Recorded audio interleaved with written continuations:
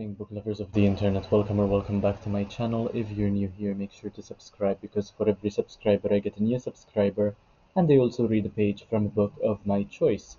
So, in today's video, I am going to be reviewing a short story by E.M. Forster written in 1909 called The Machine Stops. This one was recommended to me by one of my subscribers from Australia called Artemis2112. So shout out to you, Artemis, if you're watching. This short story has about 25 pages and I rated it 3 out of 5 stars. And I took a whole page of notes to be able to make this video, so I will be speaking about what I think of it. So the first thing I have to say is that I think more context was necessary. I do completely understand that it is a short story and we're not going to be given the entire story, and we have to jump to certain conclusions on our own. However, I did want to at least understand how the machine came to be to begin with.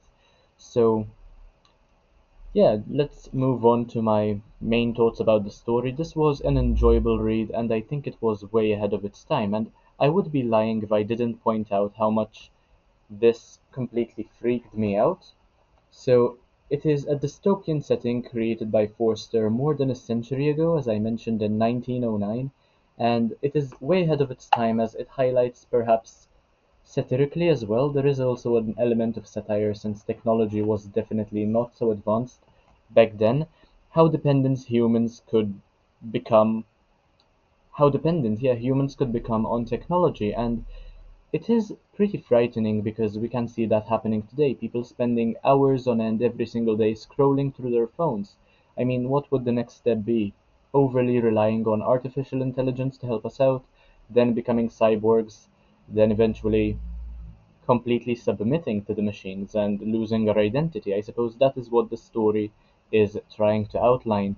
So the machine in question becomes so central to the people's lives that they even start worshipping it. They create a whole sort of religion um, revolving around it, and it does provide them with a lot of comfort, especially at first. It feels as though it's a bit of a utopia until you understand the consequences of it, and in doing so, it reduces their function and eventually their purpose as well. It starts to dehumanize them, um, starts taking away their purpose as human beings, since all connection is lost except for virtual connection, and they don't have to do anything in order to get everything they want, so they don't have any aspirations in that way. Some of them just give lectures and they literally just rewrite history through these lectures they give because it's solely based on their opinion, and their opinions are based on others' opinion, and there is nothing listed down as fact.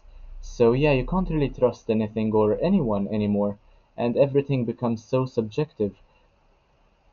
So yeah, basically humans rely so blindly on technology and they eventually become part of the machine themselves, which is also quite horrifying to see. And in this story, humans are conditioned to do as the machine states for the highest amount of comfort. So if they follow exactly the instructions in the manual about the machine, they will live a life of comfort, a life where they will get anything they want to, anything that will provide them with dopamine and make them feel accomplished. So this, of course, has to go wrong. That is why the short story is called The Machine Stops. When Kuno, who is one of the two characters mentioned, at length, I suppose, starts messing with the machine as he is tired of living underground, losing his identity, being subservient, and living away from all human contact as well, including his own family. So this kind of reminded me of the Silo trilogy, I think, by Hugh Howey, if I'm not mistaken. Correct me if I'm wrong in the comment section. They made a Netflix adaptation of it just a while back.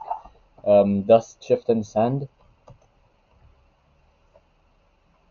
Yeah, yeah, exactly. I think I'm right because I just looked it up online. So, um, yeah, his mother, Vashti, does not seem to understand how she is already suffering the consequences of becoming part of the machine and of valuing it so highly. She doesn't seem to value her own identity that much, and she thinks that she will be remembered anyway through her lectures. But I don't think this is relevant at all because I mean, if people just chat with each other to maintain a shred of communication online and they're not meeting physically, I think that takes away from the human touch, from the human experience. And we kind of went through this with the COVID pandemic a couple of years ago. So we know exactly what this story was trying to warn us against. And yeah, it is even more concerning that we have lived through something similar to this. So many lives are lost as the machine fails, and some of the rebels manage to partially regain what has always been rightly theirs, the earth basically, that which is above ground, and which they shouldn't be able to breathe in because they've also been conditioned to only breathe the air the machine provides. Um, in order to not die, basically, to not suffer. So yeah, there is Kuno who goes through some suffering in order to save what remains of the human race, and I think it is a very noble sacrifice, if I understood this properly. So yeah, the humanization is frightening in any context, and sleep, light, and even a virtual connection with others are removed little by little. Um, Yet humans seem to comply until they become completely desperate, until their lives are completely at risk. They are told that everything will be fine, that this is just a moment where the machine needs to recalibrate to fix its own errors, but this never really happens. And yeah, they seem to comply until their lives are completely at risk, um, until their almost all of their hope is lost, basically. So it also reminded me of The Memory Police by Yoko Ogawa, and it's basically about the story also of boiling the frog. Basically, if you completely put a frog in boiling water, it will die a painful death. But if you put it in warm water and heat the water little by little, it will not realize, but it will die eventually anyway. This is what this story is basically about.